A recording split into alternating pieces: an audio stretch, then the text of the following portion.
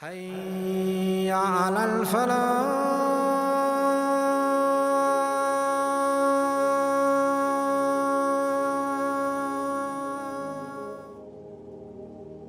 The people of the book said that when Ishaq was 40 years old, he married Rebekah bint Bethuel during his father's life. They said she was sterile, so Ishaq prayed to Allah and then she became pregnant. She gave birth to twin boys. The first one was called Esau, whom the Arabs called Al-Eis. He became the father of Rum. The second was called Yaqub, who later became a prophet. Ill feelings developed between the two brothers when they grew into manhood.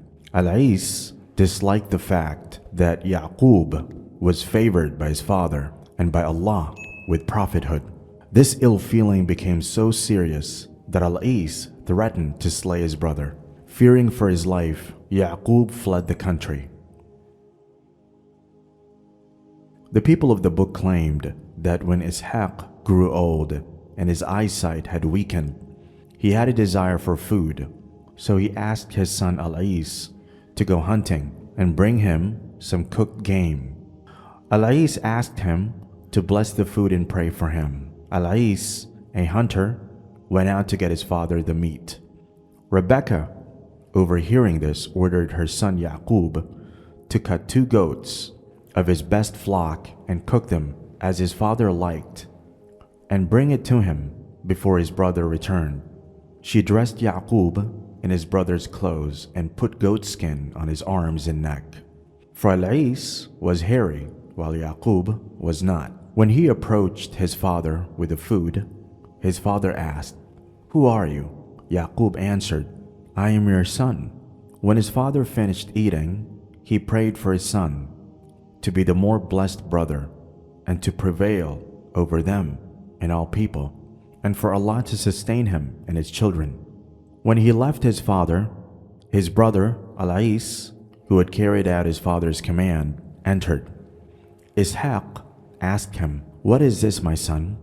He answered, "This is the food you like." Ishaq asked, "Did you not bring it an hour ago and asked me to pray for you?" Al-Eis said, "No, I swear I did not." And he knew his brother had preceded him in this matter, and he was sick at heart. The people of the book said Al-Eis threatened to slay his brother when their father was dead. They also said that he asked his father to pray for him, that Allah make the earth good for his offspring and multiply his sustenance and fruits.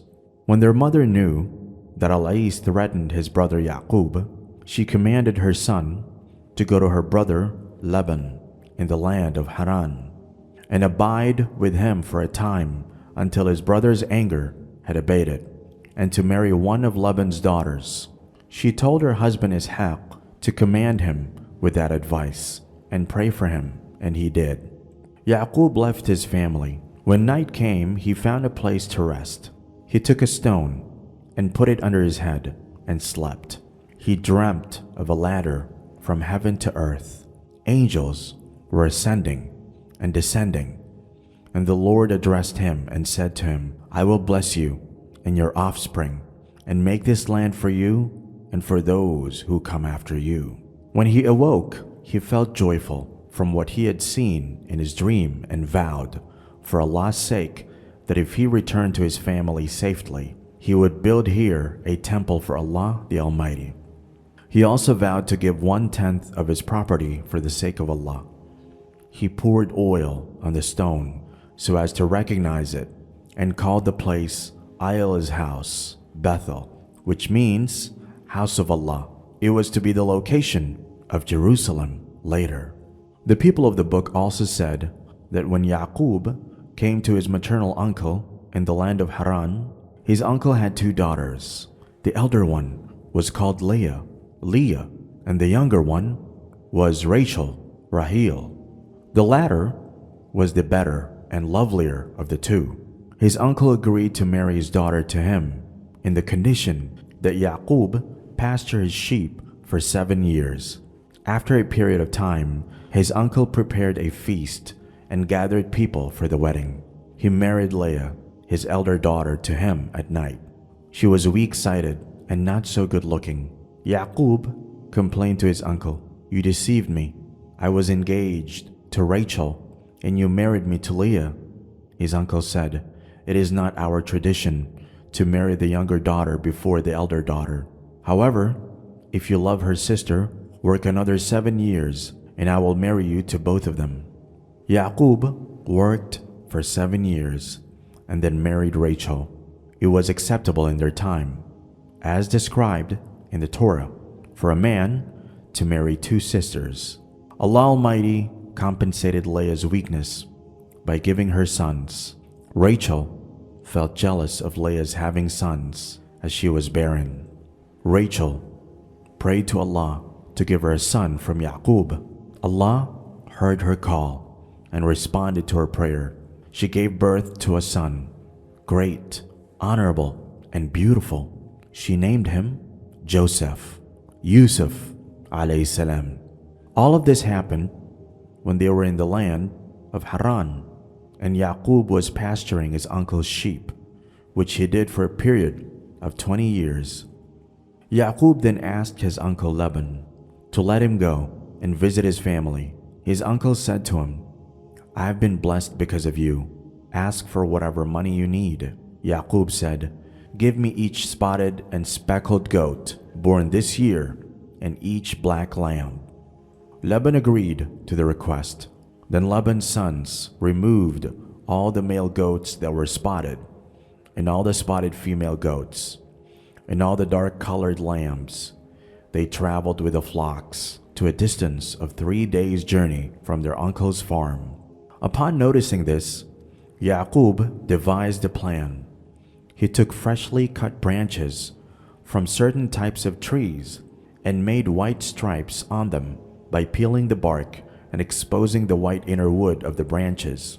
He then placed these branches in the watering troughs so that they would be directly in front of the flocks when they come to drink. When the flocks came to drink, they mated in front of the branches, and they bore young that were spotted. Yaqub's flocks multiplied until he had plenty of goats and cattle. His uncle Laban and his sons became jealous of him. Then Allah revealed to Yaqub to go back to the land of his father. He spoke to his wives regarding this matter, and they agreed in obedience to him without delay. He took with him all the property he had accumulated, and Raheel stole the idols of her father. When Laban came to know about it, he and his people followed Yaqub. They caught up with him. Laban became angry with him as to why he left without informing. If he was informed, then he could have bidden farewell to his daughters. And he also asked why they took with them his idols. Yaqub did not know that his idols were with them, and so he denied that. So Laban went into the tents of his daughters in order to search for the idols, but did not find anything. Raheel, who had stolen the idols, hid them under the camel's saddle and sat on them. When asked to move in order for her father to search under where she was sitting, she said to him that she couldn't stand as she is menstruating, so her father did not search that area. Laban said to Yaqub to make a covenant that he will not mistreat his daughters, will not take wives besides them, and that each of them will not pass this Rabia, that is, the hill, a certain place. Then Laban and Yaqub prepared meals and invited the people to a feast from which they all ate, then bade each other farewell and returned to their homes. When Yaqub approached the land of Seir, he sent a messenger ahead with greetings to his brother Al-Eis, asking forgiveness and humbling himself before him. The messenger returned greetings and told Yaqub that Al-Eis was riding towards him with 400 men. This made Yaqub afraid, and he entreated and prayed to Allah Almighty. He prostrated in humiliation and asked him to fulfill his promise which he had made before. He asked him to stop the evil of his brother Al-Eis. Then Yaqub prepared a great present for his brother, 200 female goats and 20 male goats, 200 ewes and 20 rams, and 30 milch camels, 40 cows and 2 bulls, 20 female donkeys, and 10 male donkeys. He instructed his servants, "When you meet my brother, Al-Eis, he will ask you, 'To whom do you belong? Where are you going?' You shall say, 'They belong to your servant Yaqub. They are a present to my master Al-Eis. Moreover, he is behind us.'" Yaqub stayed behind with his 2 wives, his servant and his children for 2 nights, then continued walking by night and resting by day. When the dawn of the 2nd day came, one of the angels appeared in the shape of a man. Yaqub began to wrestle with him.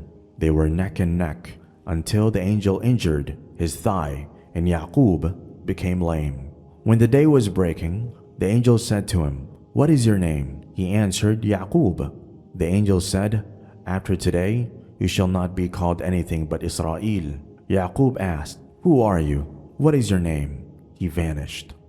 Yaqub knew that he was one of the angels. Yaqub became lame, and for this reason, the children of Israel did not eat the thigh muscle on the hip socket. Yaqub raised his eyes and saw his brother Al-Eis coming. Yaqub prostrated 7 times before him, for it was their salutation in that time. It was lawful for them, just as the angels had prostration and salutation to Adam. When Al-Eis saw him, he ran towards him, embraced and kissed him, and wept. When Al-Eis raised his eyes and saw the women and children, he asked, "Who are these with you?"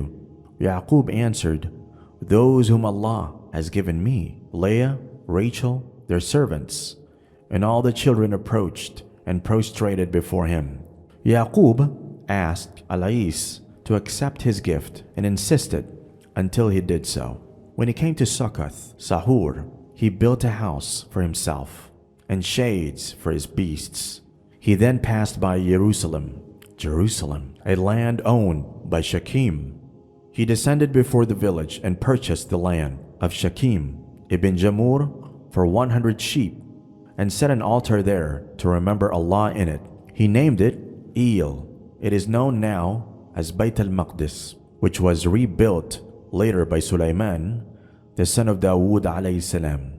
It is in the place of the stone which he had earlier anointed with oil, as was mentioned before in his dream. Then Rachael got pregnant and gave birth to a son, Benyameen. She had a hard labor and died after delivery.